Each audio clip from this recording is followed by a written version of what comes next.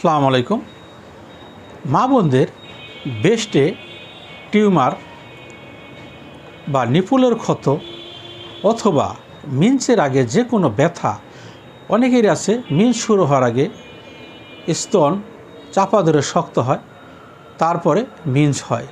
এই যে সমস্যাগুলি কিন্তু পরবর্তীতে ক্যান্সারের রূপ নিতে পারে। আর এই ক্ষেত্রে যখন আপনারা অ্যালোপ্যাথি ডাক্তারের শরণাপন্ন হন, তখন তারা বলে অপারেশন করার জন্য, কিন্তু অপারেশন করার পরেও ম্যাক্সিমাম রোগী সুস্থ হয় না।